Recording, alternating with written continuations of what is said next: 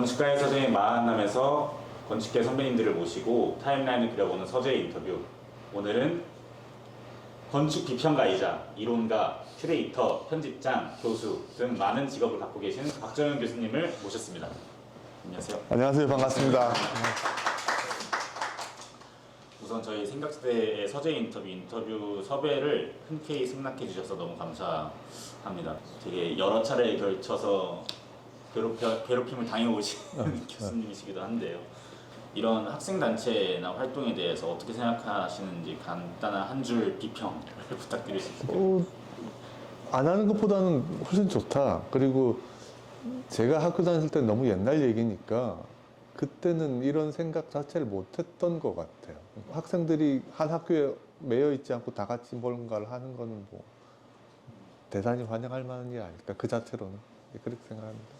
그동안 괴롭힘을 당하신 거에 비하시면 많이 좋은 말씀을 해주신 것 같습니다. 저희 오늘 같이 함께하게 된 학생 게스트 간단한 자기소개 부탁드려도 될까요? 네, 저는 성균관대학교 5학년에 재학 중인 박성우라고 하고요. 건축 담론을 즐기고 공적 담론이 더 많아지기를 기대하는 사람 중에 한 명입니다. 그런 의미에서 만나 뵙게 돼서 너무 영광이고 오늘 재밌는 얘기할 수 있으면 좋겠습니다. 그 성균관대 학교에서 이제 빡센 졸업 설계를 마쳤는데 여기 디렉터분들께서도 아시는 작품이기도 해요. 그 기둥 빼고 다 헐어버린 국회의사당. 여기 저보고 탬버린즈냐고 좋게 봐주셔서 감사합니다. 네, 결과적으로 조금 더 우리가 기존에 관성적으로 여겨왔던 건축 요소들보다 조금 더 퍼포먼스적인 방향성으로 나아가는 게 우리 건축에 더 맞고 더 바람직하지 않을까? 이런 얘기를 담아보고 싶었던 것 같아요. 근데 이런 사실 학생들마다 갖고 있는 어떤 다양한 취미라던가 아니면 취향이 있잖아요. 건축을 같이 공부한다 하더라도 설계 하버마스 끌고 오는 건 또 흔치 않긴 하니까. 그래서 그런 학생 게스트분과 오늘 함께 대화를 나누면 더 유연한 대화가 될 수 있을 것 같아서 9개월 만에 홀을 꿰어서 모시게 됐고. 아까 저희가 인터뷰 시작하기 전에도 자조적으로 말씀하셨는데 직업이 되게 많은 네. 하나도 제대로 못한다는 뜻이라고 생각합니다. 현 상태. 예, 현 상태. 까지 오시기까지 타임라인을 간략하게 한번 설명해 주실 수 있으실까요? 네, 저 학부 건축 전공했고 석사를 건축 역사 이론을 전공을 하고 그래서 제가 졸업할 무렵에 파주 출판단지 1기가 막 입주하던 시점이었어요. 그리고 이제 출판사 사장님들이 건물을 지으면서 아, 건축이라는 영역이 있구나 눈을 뜨신 거죠. 한길사에서 공교롭게도 이제 그때 공채를 했는데 오라고 해서 아마 제가 건축과를 졸업하고 출판사에 취직한 최초는 모르겠지만 몇 손가락 안에 드는 순서라고 생각해요. 그러니까 출판의 인연은 그때 생긴 거고 그래서 일을 하다가 공부가 더 하고 싶어 갖고 한 2년 정도 다니다가 박사 과정을 다시 이제 들어가게 됐고 교보문고에 갔다가 잡지 코너에 가서 와이드 AR 지금도 나오는 그 잡지를 이제 뒤적여서 보고 있는데 그 잡지에서 비평가 공부를 계속 했었어요. 근데 건축평론 동호회라고 하는 단체에서 주관하고 와이드 AR에서 이제 시행했던 건데 3회 비평가 공부를 했는데 지원자는 있는데 심사위원들이 생각하기에 수준에 미치지 못해서 당선자가 없다. 근데 3회인데 1, 2, 3회 다 없다는 거예요. 그래서 그걸 보고 뭔데 이러지? 이러면서 이제 약간 한번 내년에 내가 지원을 해봐야겠다라는 생각을 했었어요. 그때 응모를 하려면 3개의 글을 썼어야 되거든요. 그래서 서울시청사, 비평에 관한 것, 그 다음에 신도시에 있는 쇼핑몰에 대한 글, 이 3개를 써갖고 냈는데 우연찮게 그게 이제 선생님들이 이렇게 귀엽게 봐주셔가지고 뽑혔어요. 10년 만에 새로운 그 공모제를 통해서 이제 뽑힌 거예요. 그러고 나니까 이제 공간이나 와이드나 뭐 각종 매체에서 새로운 애가 생겼다고 하니까 이렇게 계속 글을 청탁을 하게 됐었어요. 네. 그러면서 이제 전혀 상상치도 않았던 비평가라는 직함이 이렇게 주어진 거죠.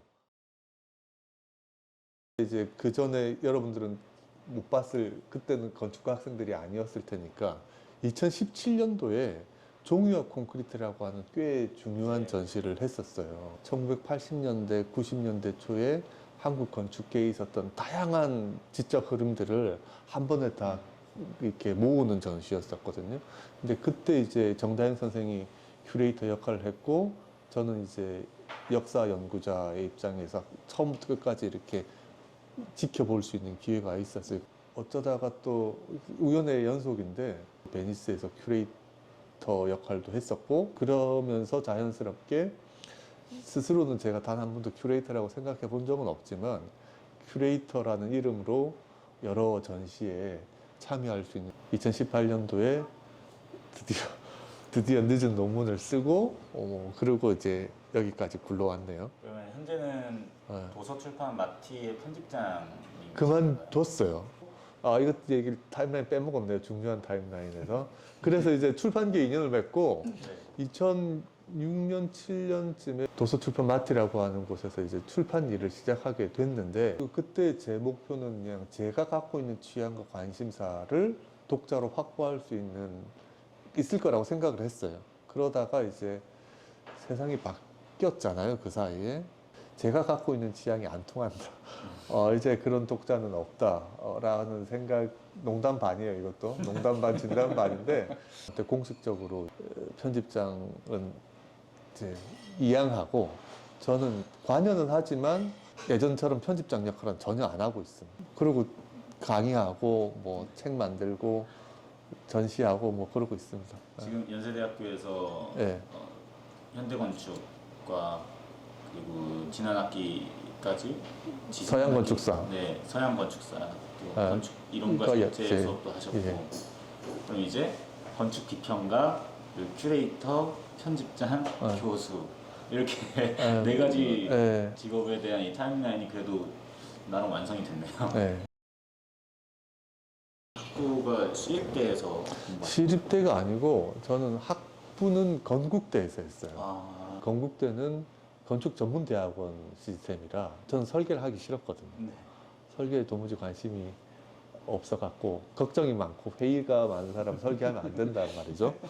저는 예술가나 건축가는 자기 확신 범위라고 생각하거든요.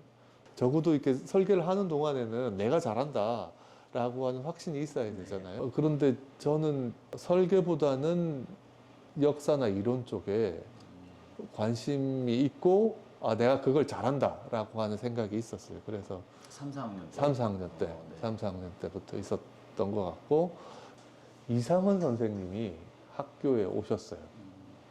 그래서 이상원 선생님 수업을 듣고, 저걸 공부해야겠다 라는 생각을 했어요. 그래서 이제 배영민 교수님 밑에서 이제 공부를 해야겠다 라고 생각을 했죠. 이제 건축계 교수님만큼 제가 인생의 스승이라고 생각하는 전남대 철학과 김상봉 교수님 계시는데, 우연찮게 이제 아무튼 김상봉 선생님 수업을 들었어요. 근데 교양 강좌라기보다는 정말 어렵게 책을 읽는 수업이었어요. 그래서 판단력 비판이라고 하는 칸트의 철학책을 절반 정도를 다 읽는 수업이었어요. 12주인가에 걸쳐서. 그 수업을 들으면서 제가 완전히 그 김상봉 선생님과 철학이라고 하는 영역에 빠져갔고, 김상봉 선생님을 졸졸졸 따라다니면서 외부에서 하는 모든 수업을 다 들었어요. 그래서 그때 건축 공부도 했지만 철학 공부를 외부에서 계속 할 수 있었던 계기가 되었고, 건축 역사 이론 비평을 같이 공부하는 사람들 중에서도 제가 유독 그쪽을 미리 읽을 수 있었던 기회가 되었던 게 컸죠, 저한테는. 다른 텍스트를 읽을 때 제일 먼저 기초가 되는 고전이라고 하는 텍스트를 약간이라도 이해하고 읽고 나면 확 문이 열리니까 그 경험을 공유하고 싶었어요. 그래서 정림에서 하는 수업에서도 뭐 아리스토텔레스 얘기를 하려고 하고, 뭐 칸트 얘기를 하려고 하는 게 그런 이유죠. 그래도 학부 시절 때 설계를 하셔야 됐었잖아요. 했죠. 그때 하셨던 설계 작업들은 어떠한 좀 추구미가 있으셨을까요? 그런 생각은 없었던 것 같아요. 지금하고 조금 다르기도 한데, 그때는 이제 4학년 시스템이었기 때문에 네. 설계를 일주일에 한 번 했어요. 이제 졸업 이수 학점 중에서 건축 전공의 졸업 이수를 위한 최저 학점만 듣고 나머지는 다 교양을 들었어요. 교양하고 일반 선택으로 철학과 수업도 가고 사학과 수업도 갔어요. 그때 어쩌다가 그리스어 수업이 개설된 과가 있었어요. 그리스어 수업은 설계 시간하고 완전히 겹쳤는데 이제 설계 시간 8시간, 7시간씩 하잖아요. 근데 계속 수업하지 않잖아요. 그래서 중간에 이렇게 살짝 나와가지고 수업 시간 수업 시간 잠깐 나와가지고 물론 그 튜터 선생님한테 말을 했어요. 말하셨군요. 나의 크리틱과 그거는 앞뒤로 해주고 나는 2시간 동안 그 수업을 듣고 오겠다. 꽤 무례한데요. 근데 무리한 수업. 근데 이제 그래도 이제 그런 경험들이 약간 저런 세상이 있구나를 학부 때 약간 짐작했다 그런 거. 그러면은 설계 수업은 아마 이제 열심히 이수 이수가 먹었죠. 네, 거의 A 마이너를 받았던. 설계가 얘기가 나오니까 생각이 또 나는데 연세대학교에서 스튜디오 수업에 참여를 하고 계시는데 건축 이론 설계 스튜디오라는 게 정식 명칭인가요? 그냥 X 스튜디오에 네. 그 연대가 약간 3, 4학년 통합해서 그 5년제 인증제 안에서 할 수 있는 최대의 자유를 한번 누려보자고 만든 스튜디오잖아요. 네. 그래서 염상훈 교수님이 이제 이론과 설계를 한번 섞어서 해보자라고 제안을 해주셔가지고 잘 해봐야죠. 지금 아라리오 예. 스페이스 뮤지엄으로 쓰이고 있는 공간 예. 사옥을 이제 설계를 리노베이션을 하는 예. 스튜디오인데 그럼 교수님은 거기에서 글 작업을 설계 스튜디오니까 결과물이 있어야 되잖아요. 그래서 공간 사옥을 리노베이션 하는 게 이제 설계 스튜디오의 최종 목표이긴 한데, 그런데 이제 공간 사옥이 여러분 다 잘 아시다시피 20세기 한국 현대 건축에서 제일 중요한 건축물로 손꼽히고 공간 사옥이 좋다라고 하는 이유도 공간이 좋다라고 하는 거잖아요. 제가 들하고 같이 하려고 하는 거는 공간이라고 하는 게 도대체 무엇인가. 그래서 한국적인 공간은 어떤 거를 말하고 또 서양 건축에서 서양 현대 건축에서 공간이라고 하는 게 뭔가. 그러니까 이 모든 것들이 다 본질이라기보다는 담론적 구성이라고 생각하기 때문에 주요 텍스트를 같이 읽고 뭐 비평하기도 하고, 그리고 공간 사옥을 여러분 다 가보셔서 아시겠지만 도면을 아무리 보고 있어도 공간 사옥이 그려지지 않잖아요. 복잡하고. 그래서 공간 사옥을 중심에 두고 어떻게 재현하고 어떤 매체를 통해서 그 공간을 가장 잘 드러낼 수 있을까 정도를 제가 개입할 것 같아요. 네, 고민이 많습니다. 처음으로 시도해 처음 해보는 거죠. 아마 다른 학교에서도 잘 없는 경우라고 생각해요. 네. 이제 선택을 해야 되는 학생들 사이에서는 네. 꽤나 핫 이슈였습니다. 박정현 교수님께서 설계 스튜디오에 참여하신다라고 하실 때 근데 저게 제대로 될까? 절반 정도는 그런데 근데 이제 교수님께서 설명하신 바에 따르면 이제 설계 작업과 네. 글 작업이 네. 그러니까 사유의 작업이라고 네. 해야 될까요? 그게 좀 구분이 되어 있고 그 구분된 파트를 조금 더 중점적으로 맡아주시는. 이론과 역사를 잘한다고 설계를 잘한다는 보장이 전혀 없잖아요. 네네네.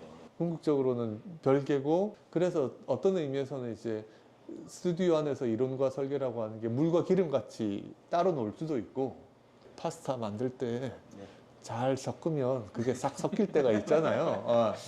애멀전 일어날 때가 있잖아요. 뭐 그럴 수도 있을 것 같고, 학생들한테 이제 도움을 줄 수 있다라고 생각하는 거는 그거죠. 이제 학생들이 어쨌든 설계 스튜디오를 마친 최종 결과물을 낼 때 그림만 내는 게 아니라 글도 쓸 수밖에 없잖아요. 네네. 근데 그 글이 되게 엉망인 경우가 많으니까 개념의 엄밀과 언어를 얼마나 정확하게 쓸 수 있는가를 학기 말에는 많이 이렇게 개입하려고 하고 있어요. 섭외를 요청드릴 때 건축 비평가로 예, 저희가 예. 섭외를 드리게 됐는데 건축 비평가라는 직업에 대해서 네. 설명을 간단하게 해주시면. 저 사전 질문지 중에 제일 이제 뭐라고 얘를 설명해야 될까가 제일 어려웠던 게 그거예요. 네. 아주 간단하게는 건축에 대해서 비평적 행위를 하는 사람일 거잖아요. 네. 근데 이제 건축도 설계나 건축물 자체라기보다는 뭐 건축의 역사일 수도 있고 전시일 수도 있고 온갖 그 큰 의미의 건축일 테고, 비평도 우리가 생각할 때 영화 비평, 뭐 문학 비평, 미술 비평하고는 꽤나 다른 방식으로 작동한다고 생각하거든요. 그러니까 소비하는 방식과 패턴이 완전히 다르고 건축의 독자들도 완전히 다른 것 같아요. 그러니까 건축 비평을 누가 읽냐라고 생각하면 건축계 사람들이 읽는 거잖아요. 그러니까 개 내부에서. 개 내부에서. 영화 비평은 영화계 사람들이 읽으라기보다는 그냥 일반 대중에 네네. 퍼뜨리는 거잖아요. 그래서 비평이 작동하는 방식이 꽤 다르기 때문에 그렇게 좁은 의미의 비평으로는 설명하기 힘들 것 같고, 전시를 위해서 어떤 키워드나 개념들을 부각했으면 좋겠다라든가 이런 것들을 이제 비평가가 전시 전체를 꾸리는 큐레이터와 함께 할 수 있는 거겠죠. 그리고 이제 그런 측면에서는 비평가와 편집자와 큐레이터가 상통하는 측면들이 있어요. 그러니까 아직 만들어지지 않은 무형의 컨텐츠 같은 것들이 있고, 이 중에서 무엇을 높이 평가하고 무엇을 취사 선택하고 어떻게 개념화하고 언어화해서 일반 대중한테 전달할 건가요 하는 역할이니까, 제가 이 말을 하면서 이제 약간 수줍다 그래야 되나, 아니면 저게 맞나 싶은 생각이 드는 게 뭐냐면, 저랑 비슷한 사람이 그렇게 많지는 않은 것 같아요, 한국에서. 네. 그러니까 건축 비평이라고 하는 글을 쓰는 사람들은, 뭐 잡지에 호출돼서 쓰는 사람들은 제법 있지만, 그 사람들이 또 다른 활동으로 뭐 전시에 참여한다라거나 다른 뭐 출판 프로젝트에 에디터 역할을 한다라거나 이런 사람은 잘 없거든요. 그래서 이렇게 약간 어쩌다가 여러 우연이 겹쳐갖고 제가 지금 하고 있는 일이 하나의 가능한 직군이나 뭐 이렇게 업역의 형태로 존재하는가에 대해서는 약간 회의적이긴 해요. 그 중에서도 하이브리드적으로 활동을 하시기 때문에 예, 예. 그런 것 같아요. 영화 비평하고 건축 비평이 다르다는 점을 이렇게 짚어주시면서 이렇게 역할이라던가 아니면 영향력에 대한 이야기로도 넘어갈 수 있을 것 같거든요. 이종원 선생님이 그 건축 비평을 얘기하실 때 제가 어느 책에서 본 구절인데, 그러니까 건축가의 타자는 건축 비평가 뿐이다 같은 뉘앙스로 말씀을 하셨던 게 제가 얼핏 지금 기억이 나요. 그 말을 조금 생각해 보면 아까 말씀하신 것처럼 영화 감독의 타자가 영화 비평가는 아니잖아요, 사실. 건축가의 타자가 건축 비평가다. 이 말은 뭔가 조금 가슴 아프면서도 맞는 말인 것 같더라고요. 저도 들으면서 약간 이게 읽는 사람이 우리뿐인 것이라면 뭔가 조금 더 필요한 경우에는 자기 반성을 하기 위한 비평이 될 수도 있는 거고, 재현을 할 수 있는 창구로서 오히려 조금 더 형식이 바뀌지 않을 그런 거죠. 예, 예. 그런 생각이 들어요. 그죠. 그리고 이제 영화 비평의 경우에는 거의 90%가 영화 개별 작품에 대한 비평이잖아요. 근데 건축 비평은 한국 건축계 일반 또는 한국 건축계에서 여러 가지 일어나는 현상 전체를 비평의 대상으로 삼을 수 있어야 되는 것 같아요. 훨씬 더 어려운 일 같아요. 네, 그래서. 복잡하게. 네, 그리고 제가 잘 못한다는 걸 변명하기 위해서 이제 계속 조그만 말을 더 붙이면, 많은 경우에 영화도 그렇고 소설도 그렇고 문학도 대체로 내부 안에 서사가 있잖아요. 그래서 그때 비평이라고 하는 걸 잘 읽어보면 언어에 대해서 언어가 대응하는 방식이라고 생각해요. 그래서 스토리에, 서사에 뭐 여러 가지 언어적 장치에 대해서 언어가 대응하는 거죠. 근데 이제 건축 비평은 좀 어렵다고 생각하는 게 그게 없는 거잖아요, 기본적으로는. 그래서 서사가 없는 매체를 언어화 시켜야 되는 부담감이 있어요. 네. 그 한국에서 건축 비평이 있냐 없냐 얘기를 할 때는 그 신문과 방송에서 건축 전문가가 있느냐 없느냐를 생각하는 경우가 많은 것 같아요. 그러니까 외국에는 이제 주요 신문사에 고정 건축 비평가가 있단 말이죠. 그래서 가디언에 있고 뭐 뉴욕 타임즈에 있고 뭐 이렇게 있잖아요. 그러면 이제 적어도 뉴욕시 안에서 아니면 영국 런던 안에서 일어나는 새로운 공공 프로젝트들이 어떤 것이고 어떤 가치가 있고 어떤 의미가 있는지를 특정한 관점과 입장을 가진 비평가가 주기적으로 그 얘기를 한단 말이죠. 매번 바뀌는 것도 아니에요.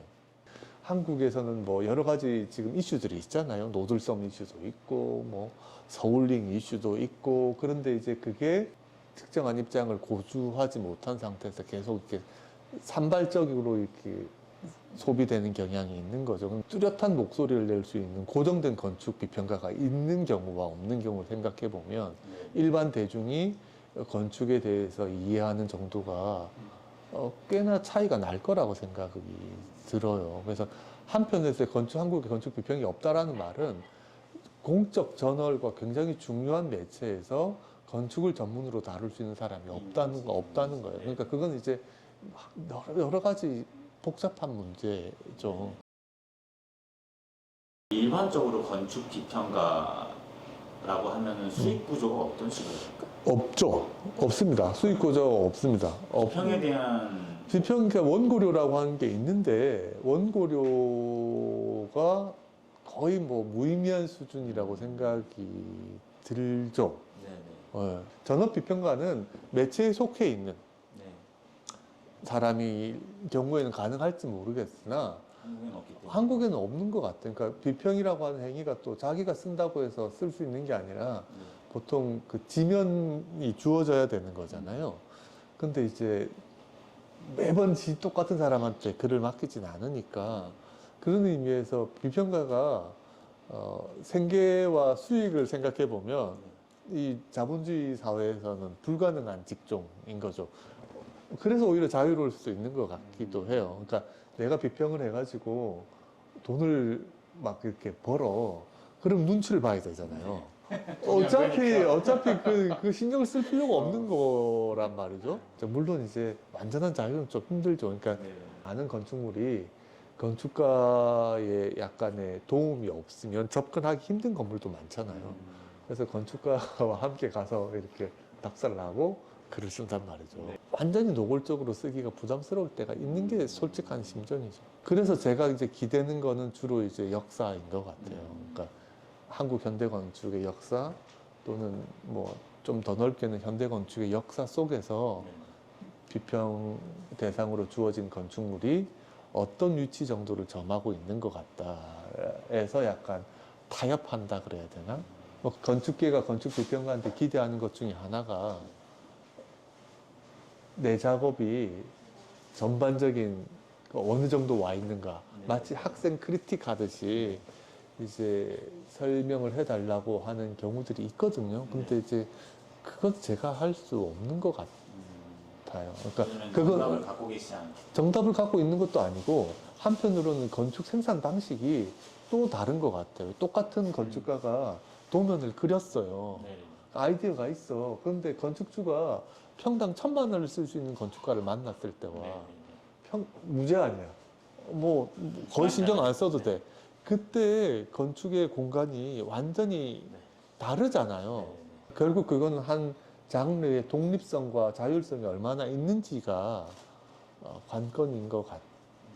딱 하나만을 가지고 이 건축 행위는 어땠어? 라고 말하기에는 사실 너무 건드릴 수 없는 요소들이 좀 많은 느낌이에요. 그런 게 있을 수 있죠. 건축물에 대해서 비평할 때 저 마감이 왜 그러냐, 너무 디테일이 없지 않냐라고 말하기는 쉽지만 그거 결국 자본 논리니까 쉽지 않죠. 이 건물이 얼마나 잘 지었어를 말하고자 함이 아니, 그러니까 또 시공 품질에 대한 비평을 하고자 함이 아니니까. 그쵸. 근데 이제 시공 품질이 건축물의 인상에 엄청난 영향을 미치잖아요. 교수님 말씀 듣고 생각해 보니까 개별 작업에 대한 비평을 제가 많이 못 본 것 같아요. 최근에 저희가 그 시티문화재 프로젝트 하면서도 스토리에 이걸 선생님 죄송합니다. 나도 써서 올렸었거든요. 저희가 서울시 시청사에 저희 간판을 다는 행위를 했었으니까 그때도 아마 어느 정도 통일되는 맥락이 있었던 것 같아요. 이 건축 행위 자체가 어떻게 이루어졌는가, 그 행위 속에서, 그 과정 속에서 건축가는 어떠한 태도였으며 권한은 어떻게 주어졌는가가 설계로 어떻게 이어졌는가까지 설명이 되는 걸로 저는 느꼈어서 그런 식으로 설명하기도 하는 한 작품으로만 그렇게 설명하는 때도 있겠지만 근데 그런 작품이 사실은 그렇게 많지 않잖아요. 많지 않죠. 네.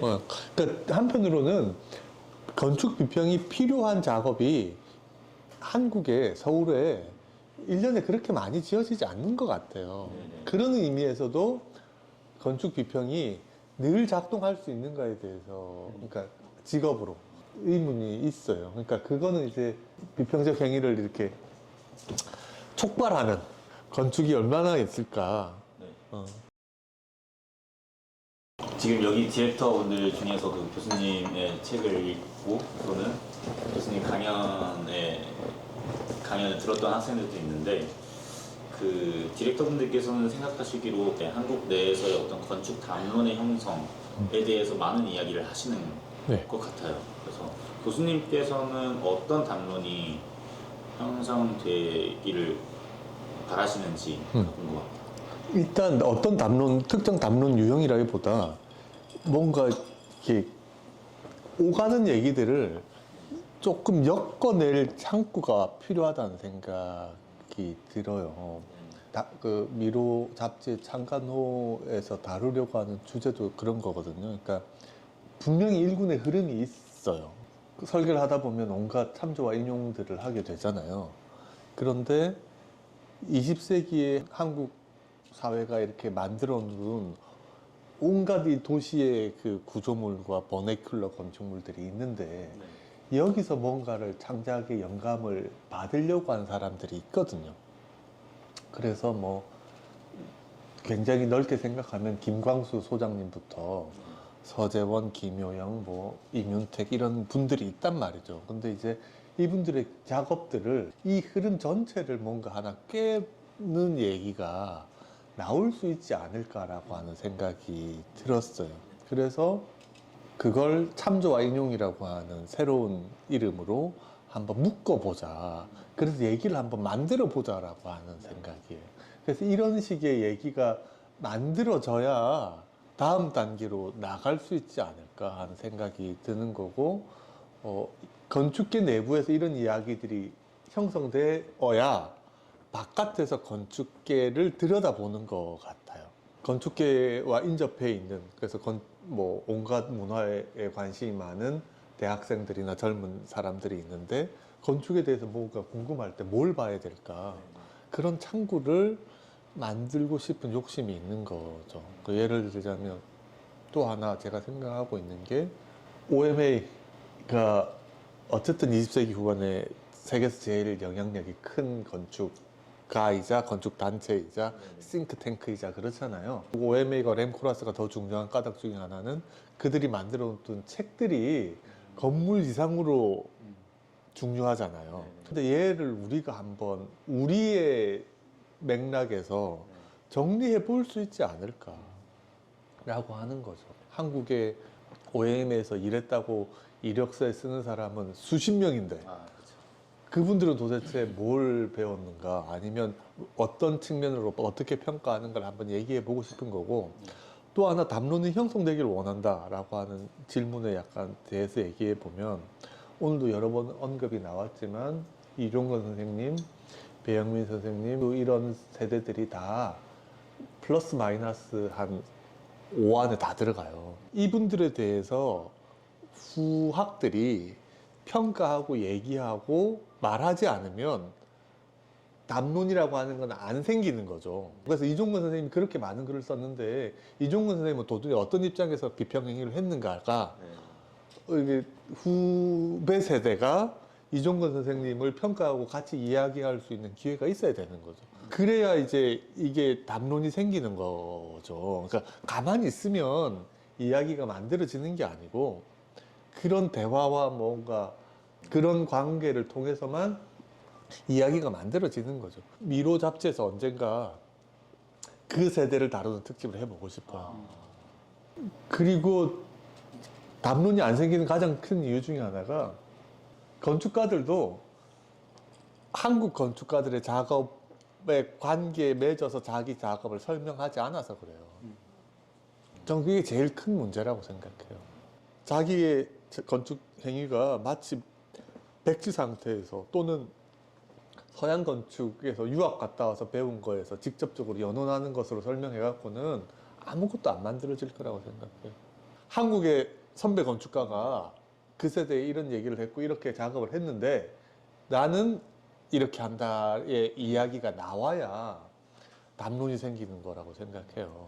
특히 한국 내에서 이제 개 내부에서 공명할 수 있는 특정한 그렇죠. 그게 걔 내부이기도 하고 그래야 외국에서 궁금해서 들여다보는 거예요. 우리가 한국 건축계 내부에서 뭔가 다른 사람들이 귀를 기울여서 들을 만한 얘기를 만들어내지 못하면 누가 관심을 가지겠는가 하는 거죠. 학생들한테 드리고 싶은 말이라고 생각해서 말하자면 한국 현대 건축에 대한 관심을 더 가져야 되는 것 같아요. 더 가져달라고 부탁하고 싶어요. 그리고 이제 제가 건축 공부를 처음 시작하던 20세기하고는 완전히 다르다. 지금 좋은 건축물도 많고, 좋은 건축가도 많고, 나름의 역사도 형성되어 나가고 있으니까 여기에 초점을 맞춰야 되는 것 같아요. 그렇죠. 전 뭐 거기에 한국 건축의 희망이 있다고 믿는 편이에요. 그 서우님도 박정인 교수님 건축 무엇을 했는가 책 읽어보셨잖아요. 네, 맞죠. 저는 너무 재밌어하는 책이거든요. 근데 그것들부터 시작을 해서 연결을 해와서 나의 건축 작업은 또는 네. 지금 이 시대의 건축 작업은 어떠한가라는 이야기를 해야 네. 교수님께서 생각하시는 어떤 이상적인 한국에 대해서 말할 수 있는 것들이 있지 않을까라는 말씀으로 저는 이해를 했는데 네. 학교에서 현대건축 수업하실 때 네. 한국 현대건축사를 건드릴 수 있을지는 모르겠다 네. 라고 초반에 항상 네, 목표를 네, 놓고 네, 이제 수업을 하시잖아요. 근데 건드리기 부담스러운 부분이 확실히 있는 거 적어도 강의실에서는 저는 부담 별로 안 느끼는데 네. 제가 힘들다고 말하는 까닭은 역사라고 하는 게 그냥 단순한 팩트의 나열이 아니거든요. 네. 분명한 입장과 역사관을 가지고 그것들을 전체를 꿰는 시야가 필요한데 그러기는 좀 부담스럽죠. 교수님께서 이제 저희 학교에서 수업 강의하셨던 내용들에 대해서 마지막으로 하나만 더 느낀 점을 이제 학생들한테 공유하고 싶은 점이 있다면 항상 수업을 하실 때 처음에 시작할 때 아까 말씀하셨던 것처럼 근대와 현대 무엇을 부를 것인가부터 또 얘기를 하시잖아요. 네. 맥락을 가지고 설명을 받으니까 더 술술술 따라갈 수 있었던 수업이었던 것 같아요. 이 영상을 보고 다른 학생들 교수님께 네. 이렇게 청강을 하고 싶다라고 요청을 하고 올 수도 있을까요? 근데 이게 저 하고 싶은 게 기술적인 문제가 있어요. 연대가 학점 교류되는 학교가 몇 개 네네. 없어요. 네네. 놀랍게도. 네. 그래서 이제 기술적으로는 어렵다. 청강이야 뭐 제가 얼마든지. 커피도 이제 다 마셔가고 저희가 이제 마무리할 시간이 되었는데 저희가 이 서재 인터뷰라는 인터뷰 유튜브를 통해서 맨 마지막에 게스트분들께 여쭤보는 공통 질문이 있는데요. 앞으로의 타임라인은 어떻게 흘러갈 것 같다라고 기대하시는지, 기대하시는 바가 무엇일지. 장기 계획은 잘 모르겠고요. 일단은 이제 미로 잡지 시작하니까 걔를 안착시키는 게 제일 과제예요. 그리고 지금은 제가 거의 혼자 이렇게 북치고 장구치고 하는 편인데 장기적으로는 조금 이렇게 진용이 갖추어지면 좋겠다는 생각이 진영. 그러니까 같이 일할 수 있고 네. 같이 기획하고 같이 책을 만들 수 있는 팀이 꾸려지면 좋겠다는 게 이제 희망이고 그리고 이제 이게 벌써 2000 몇 년이죠? 2020년이잖아요. 그래서 이제 벌써 4년이 됐어요. 네. 그래서 빨리 두 번째 책을 쓰는 게 네. 예, 목표입니다. 저희 미로도 많이 관심 가져주시고 건축은 무엇을 했는가. 고맙습니다. 그러면 미로에 대해서 네. 소개나 홍보. 아, 미로는 그거 좋습니다. 혹시 저번에 타임 어택 있지 않았나요? 왜 김영 소장님한테는 10초만 줘놓고 왜 이렇게 그렇게 매정했나? 엄청 매정했어요. 에피소드 1 때 이제 김용 사장님 응. 사무실 응. 홍보 시간이 10초 있었는데 칼같이 끊더라고요. 30초 드리겠습니다. 20초. 미로는 1년에 3번 발행하는 건축 잡지로 목표하고 있고요. 그리고 첫 번째 주제는 참조와 인용, 네. 2호의 주제는 일본, 세 번째 주제는 OMA와 램코라스입니다. 많은 관심 부탁드립니다. 5초를 남기셨어요. 여유 있게.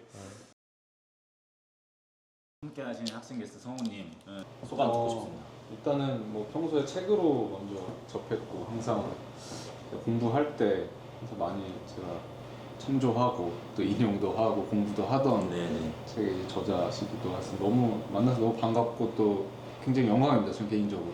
일단은 미로 잘 되시길 바라겠습니다. 앞으로 뭐 오늘 사실 이 단어가 나오진 않았지만 네. 굉장히 교수님께서도 문제적인 단어라고 항상 이제 말씀하시는 한국성에 네. 대한 네. 그런 고민도 조금 더 해보게 되는 계기가 되지 않을까 문제로는 네. 이 대답. 네. 네. 또 한 가지 더 부탁드리자면 아마 건축 비평, 나 이런 이론과 비평에 대해서도 관심이 많고 철학에 대해서 관심이 많은데 하고 이 인터뷰를 보고 있을 학생들에게도 네. 부분에서 한번 한마디씩 해주실 수 있으실까요? 하지 말라고 해야 되는데. 주하인마에 빠지지 마라. 하지 마. 그러니까 직업으로 삼을 수는 없는 것 같고요. 아까도 네네. 말씀드린 대로 다른 일을 하면서 비평적 입장을 갖는 건 중요한 거죠. 네. 설계를 하든 뭐 큐레이터를 하든 네. 편집자 역할을 하든 자기만의 입장과 그 시야를 가지는 건 대단히 중요한 것 같아요. 근데 그 입장과 시야는 역사 속에서 나온다고 저는 생각하는 편이라 네. 역사 이론 공부를 하는 건 추천드립니다. 그리고 재밌잖아요. 그러니까 네네. 재밌는 사람들이 있어요. 그런데 이제 지금 5년제 체제에서는 그 관심과 호기심을 충족시키기가 굉장히 어려워요. 네. 그래서 이제 기회가 될 때마다 책과 뭐 온갖 자료들을 찾아보시기를 그럼 권해드려야죠. 그럼 어떤 책이 좀 좋을까요? 최근에 정인화 선생님이 쓰신 다이어그램으로서의 한국 현대 건축인가? 정확한 건 모르겠어. 정인화 선생님 책 보셔도 좋을 것 같고. 그리고 네네. 여러분들한테 그 옛날 한국 잡지들을 좀 보는 것도 꽤나 재밌을 거예요. 꽤나 많은 그 이론적인 텍스트들이 거기 실려 있는데 그 시절의 한계도 분명히 있지만 한국에 이런 일들이 있었구나를 짐작할 수도 있거든요. 그래서 과거에 조금 관심을 기울여 주셨으면 좋겠다. 오늘 너무 많은 이야기 해주셔서 많이 잘라 주십시오. 제가 많이 자르지 말아 주십시오. 네, 제가 약간 저 말을 하면 그냥 말을 좀 막 하는 편이라 아닙니다. 그래서 좀 많이 잘라 주셔야 될 것 같아요. 최대한 자르지 않고 거의 송출하는 걸로 하고 네네 제일 자극적인 것들만 정말 저희 이제 항상 매 게스트 분들께 요청드리는 앙증맞은 클로징이 있는데 항상 저희 시공부도 송가 디렉터님께서 어떻게 그런 거 해야 돼요? 서재인 생각도 유튜브 생각지도 유튜브 좋아요, 알림 설정, 구독 말씀 부탁드려요.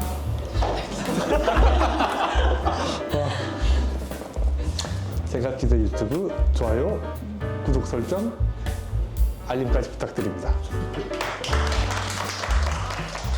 이로 화이팅!